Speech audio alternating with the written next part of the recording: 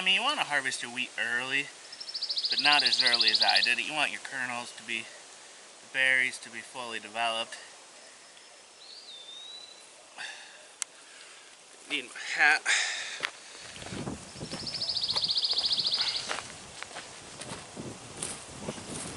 You want the berries to be fully developed. But then you're waiting until June. And basically, it'll be too late to plant beans at that point. You know, it might be too late now, but it may not be. So this is kind of a, you want to plant beans, I'm guessing,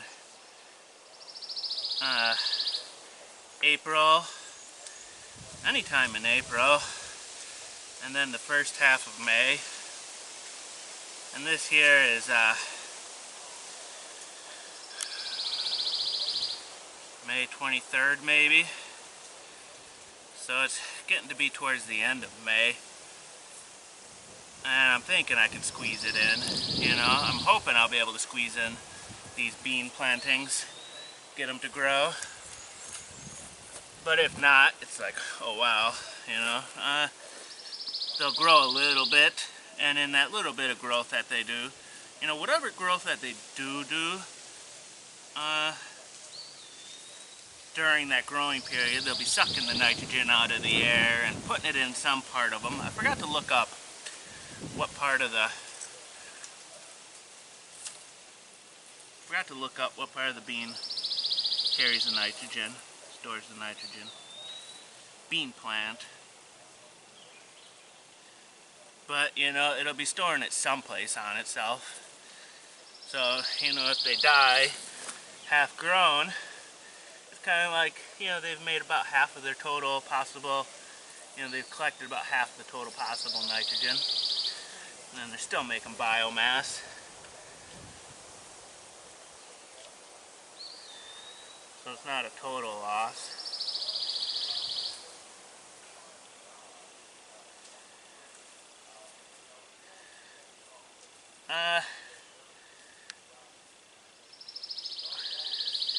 But it would be really nice. Some beans I'm going to soak. There's 11 different kinds of beans right here. Some black beans. Some Mayakoba. Some Pinto. Some Anasazi. Some navy beans. Some mung beans. Black-eyed peas. Great Northern. Soybeans. And then there's a small red bean. And a kind of like a custom variety that I just got from a nursery store back in Washington. So this is a bean planting video. This is my big bowl of beans right here. That's my pile of poop right there. 2 things of black cow manure, 2 things of compost manure. Once I get everything in there, I'm gonna hit it with that. Maybe hit it with some granular fertilizer. If I can get in 2 crops. A crop of beans and a crop of wheat or grain, you know, in general, on the same plot of land in the same year, you know.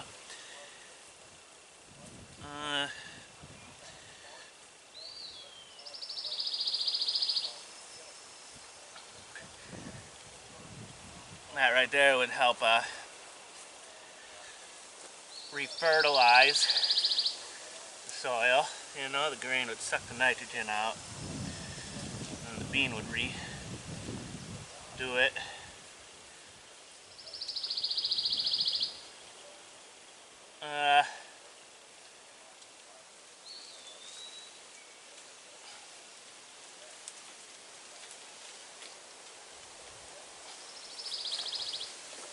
and it's more food production. You know, single pasture ends up making twice the food.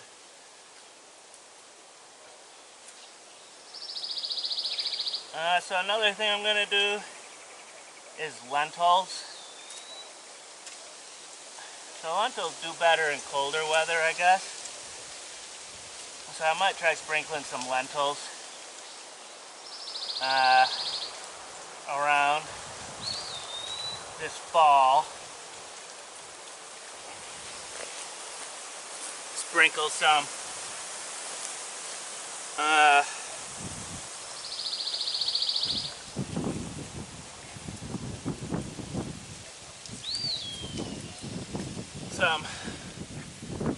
lentils and clovers for a fall growings, fall winter growings, and I'm guessing the lentils will die, but they may live. You never know. But they're legumes again, so whatever growing and living that they do, they'll be putting gathering up nitrogen while they do it. So I mean, this is, you know, kind of soil building. You want nitrogen fixtures and then dynamic accumulators, and dynamic accumulators typically have big, like, deep roots, and they suck up the minerals from the deeper ground, and then they, you know, store it in their top foliage and all that. So that when the top foliage breaks down, it's releasing those minerals that it acquired from deep below and putting it back on the surface.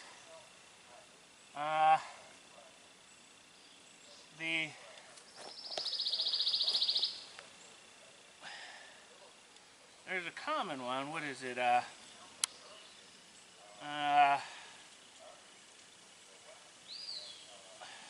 What is it? I want to say it starts with a C. Well, I can't think of it. But I'm not doing that in these fields. That particular plant. I'm guessing most dynamic accumulators in general, because that deeper root will just kind of re-sprout new plants. Oh, comfrey, that's it, that's the popular one, comfrey. So it's like, once it starts growing in a spot, it just kind of, you can't really get rid of it. It's very hard to get rid of because it has such a deep taproot. And that deep taproot, you know, you pull out the plant, you pull out most of the roots, those little root bits that are still left in the ground will sprout new plants, you know, which makes it nice if you want the comfrey there, but not nice if you don't. And while I would want comfrey in this pasture for a little while, I wouldn't want it here permanently. You know, it's a big plant. Oh, whoops. Too late. So it would really drown out the other plants.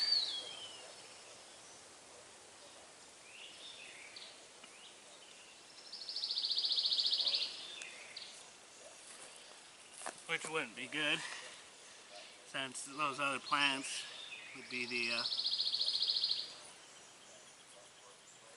wheat or the Three Sisters or the corn or whatever that I'd be wanting to grow.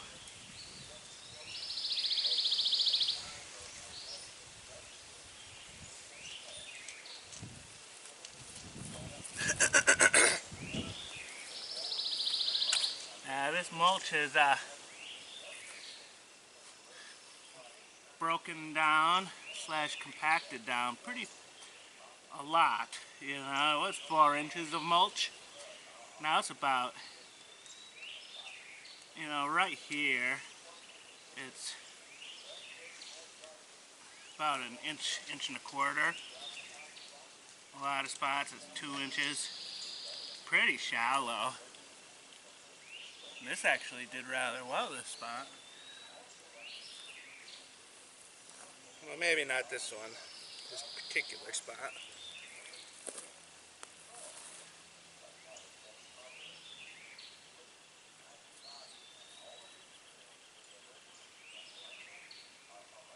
Oh yeah.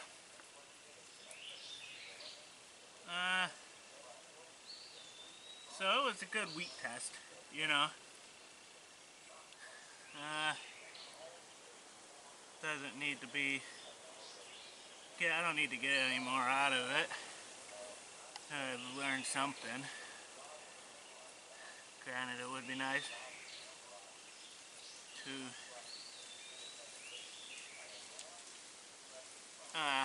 be able to plant some of that seed. But if not, oh well. Yeah, I just use the back of the Maddox to make these trenches.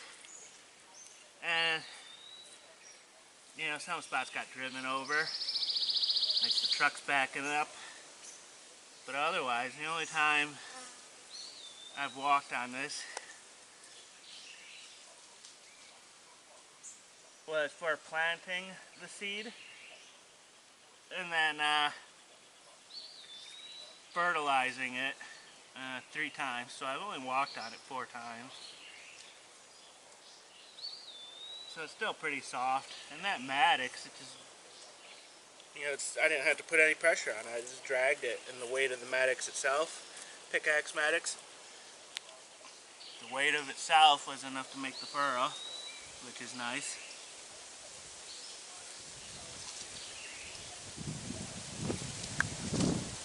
Yeah, I'm adding the manures to this section just to build it up a little bit better. Kind of a constant process, building up your soils.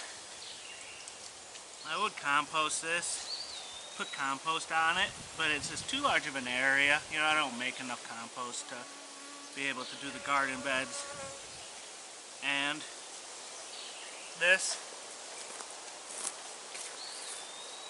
so it's just kind of prioritizing. I'll just do this, you know. I'll just do the compost for the garden beds, you know, kind of making an executive decision. Wow, these chickpeas like to come out fast. Probably gonna be mostly chickpeas growing over here. They come out so easy.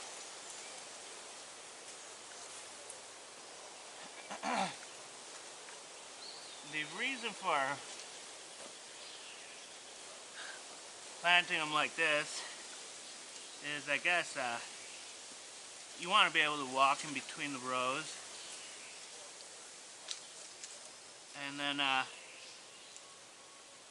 you grow them close together like this.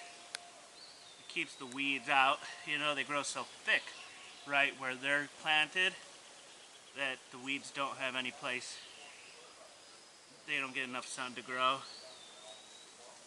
And then in the center, you're walking there, so it's kind of compacting it, you know, and any weeds that are in the center aren't really competing with the bean itself. Seems like a pretty good system, I think.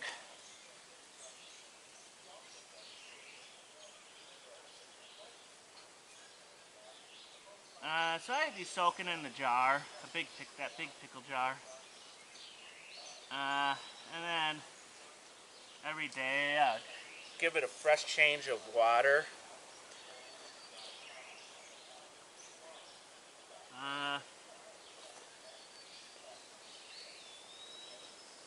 What do you call it? Drain it, refill it, maybe swish it around a little bit. Don't want them getting moldy. And kind of in the middle, you know, that was, you know, they've been soaking for maybe 4 days or something. Maybe like the second day, I let them just stay in the jar, but with no water in it, so they're just getting air. And it's not a good way of doing it. A better way of doing it, I'm guessing it'll work, you know. They're looking nice and nice. Better way of doing it though is to, I don't know, maybe like a mesh, some kind of a mesh bag. You know, maybe like a, you know, where it's got like 1/8" holes in it. Maybe like a laundry bag or something. I don't use laundry bags, but I'm thinking a laundry bag has 1/8" holes in it.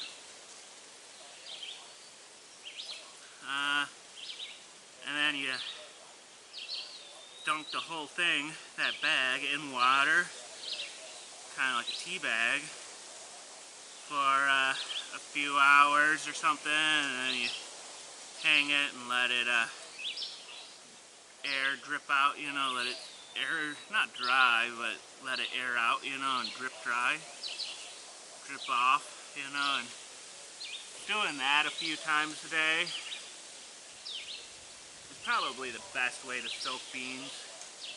I want to say, like, if you're doing bean sprouts, so one of these beans is mung beans. They were the little green ones. Mung beans are what you use for bean sprouts. Supposed to be really healthy. Like if you have like bean sprouts on a sandwich. I've seen this one person, they put bean sprouts on their sandwich. They're probably mung bean sprouts. That's a good way of sprouting beans. You don't want them underwater completely, permanently.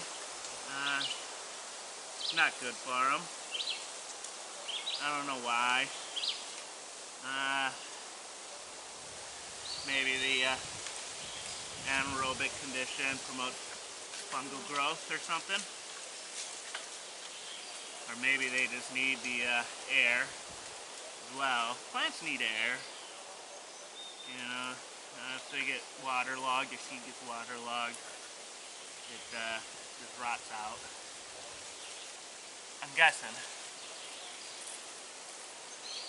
So leaving them in a jar full of water for too long of a time wouldn't be good. But, you know, for 2 days and then an airy day and then 2 more days, I think they'll do just fine.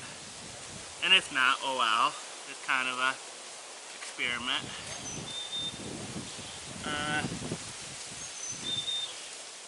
You know, what's it take to turn bad soil good?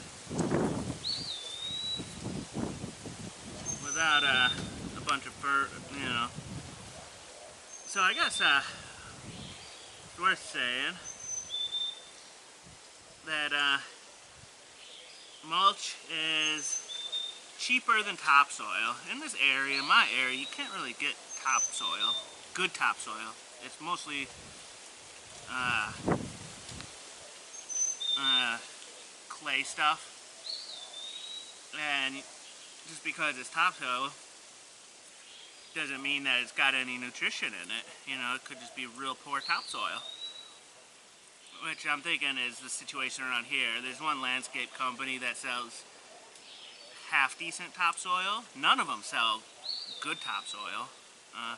And then that one landscape company that sells the half-decent topsoil, you know, they charge a ton per mile for delivery, and that topsoil is really expensive.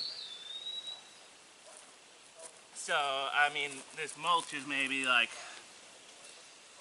I don't remember.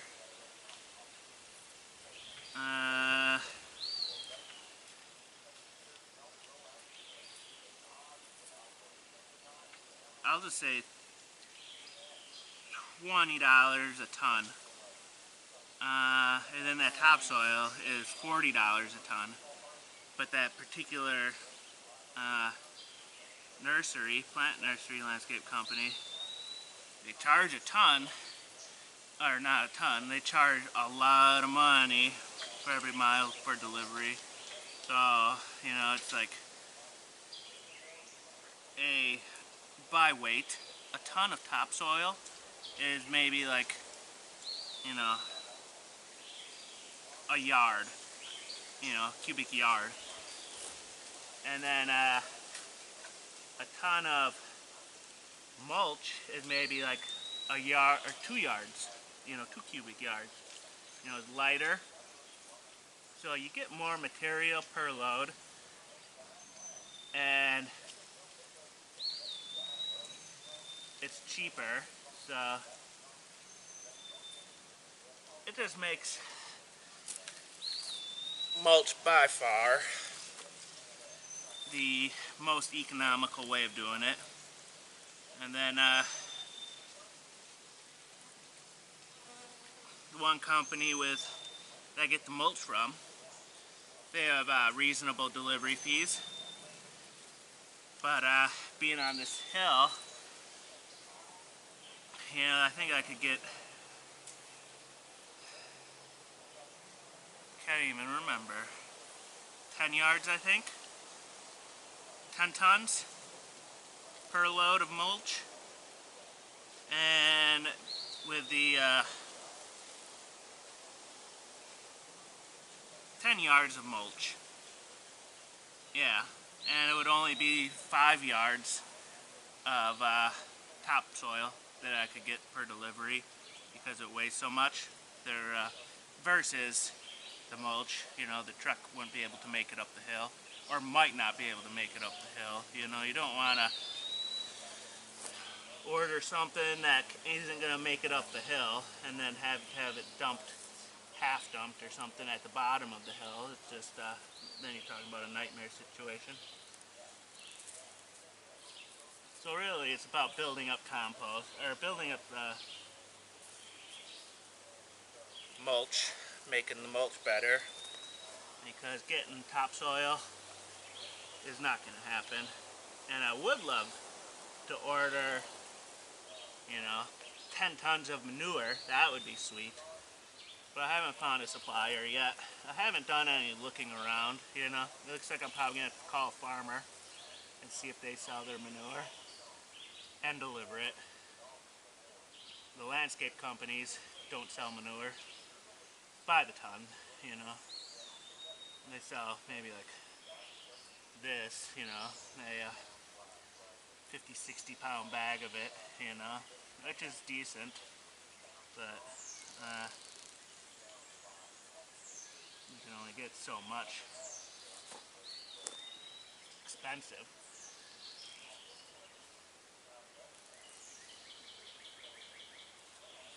Yeah, so I'm going to be using this mulch for all of my beds, all of my places, pastures.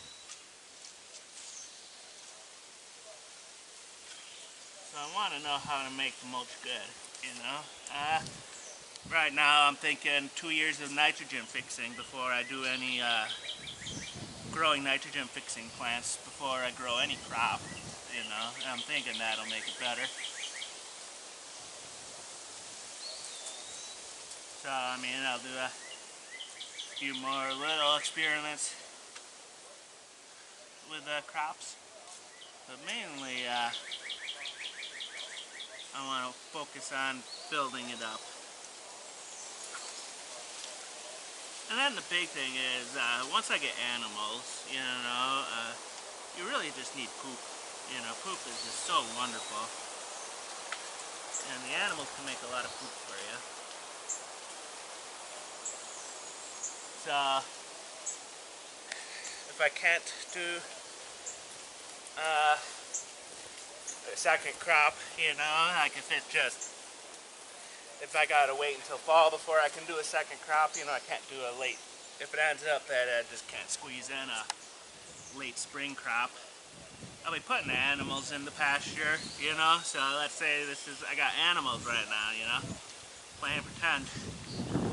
Uh, Once I've harvested my wheat, like this area, if I can't grow anything else for a while, I'll be sending the animals into it, you know, turning this pasture, adding this pasture to the rotation.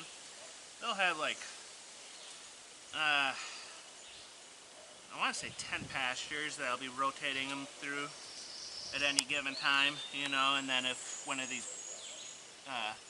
crop pastures, once these crop pastures get freed up for the season, you know, they'll be added to the animals' rotation. And then it's like, let's say this one is a pasture I've been growing wheat in this year. Next year I'd be putting the pigs or the animals in this pasture, and I'll be growing the wheat in one of the pastures that the pigs had been in, the animals had been in. You know, so it's kind of in the, you know, 1 year a pasture will be used for growing plants, and then the next year that pasture will be used for animals. Just kind of rotating like that. So,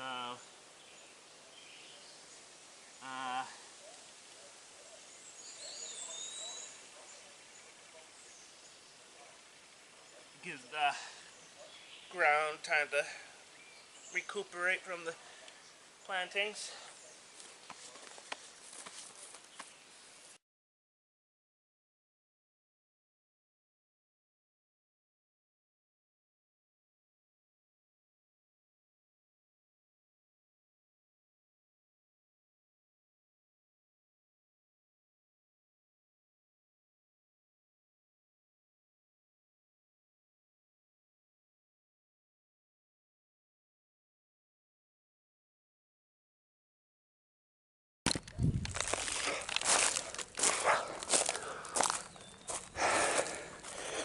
It's so beautiful.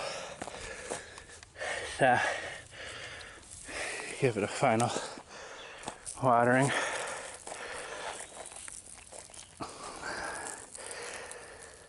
So there's I use about 5/8 to 3/4 of those beans. Didn't need them all. I'm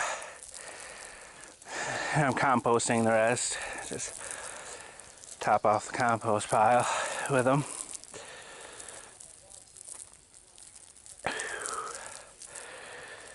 I don't want to do too large of an area, so I'm going to need to water it in July, definitely. Doesn't get any water in July. So what do you call it? Soaking those beans. It's good to soak the beans, kind of give them a head start, you know. Otherwise they'd have to be gathering up all that moisture from the soil, and there's really not all that much moisture in the soil. So now they're fully loaded with water, you know, and they should sprout sooner, germinate sooner. And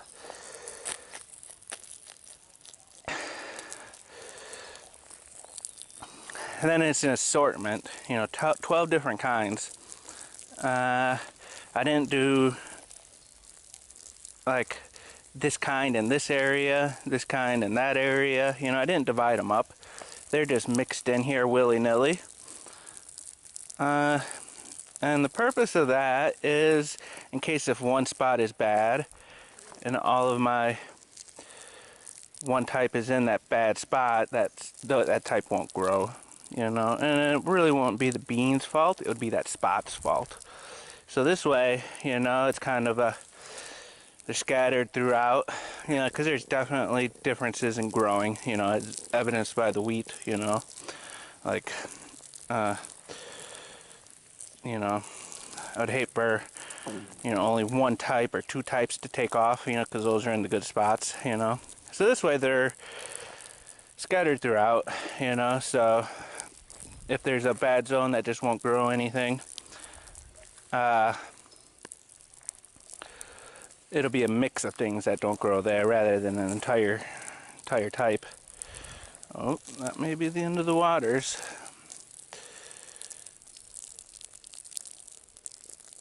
Oh, still got it going.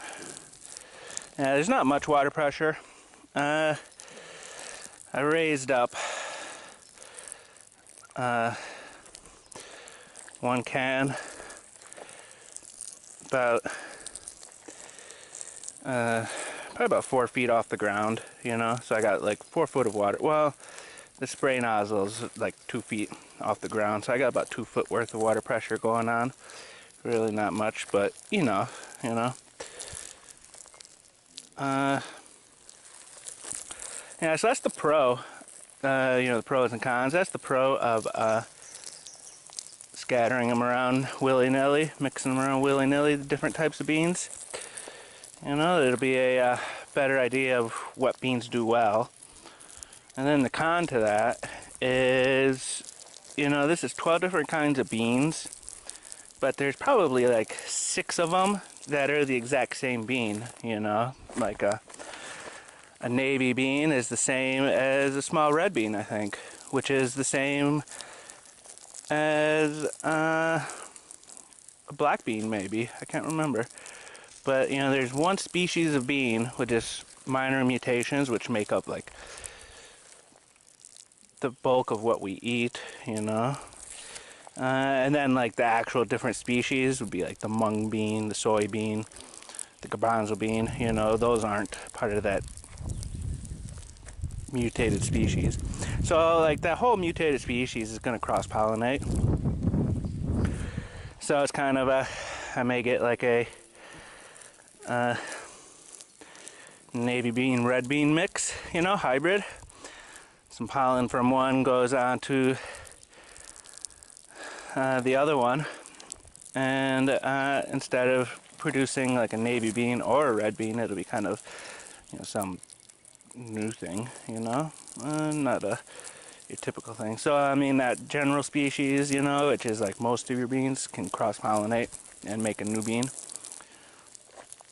Some people would call that a negative, a con, if they want that particular bean, you know, like a pinto bean might pollinate with a red bean, and maybe be like a red pinto or something. You never know.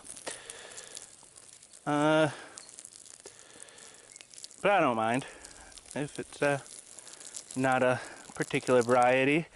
And the cool thing about that is you never know what you'll get. You know, maybe a red pinto is the perfect type of bean for this place, you know, for doing like a double planting, you know. So that's kind of a, people would call it a con, you know, having cross-pollinating. But I think it's a good thing. I think it's just this hose is getting kinked.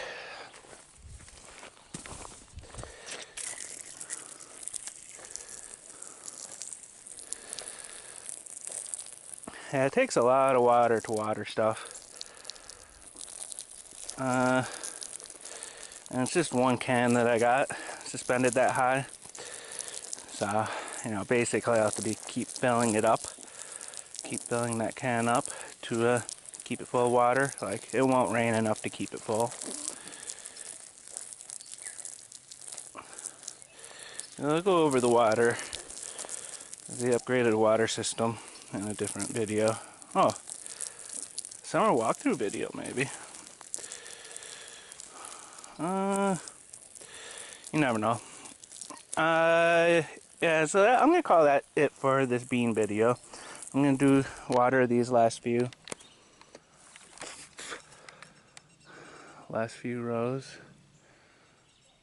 and then call it good.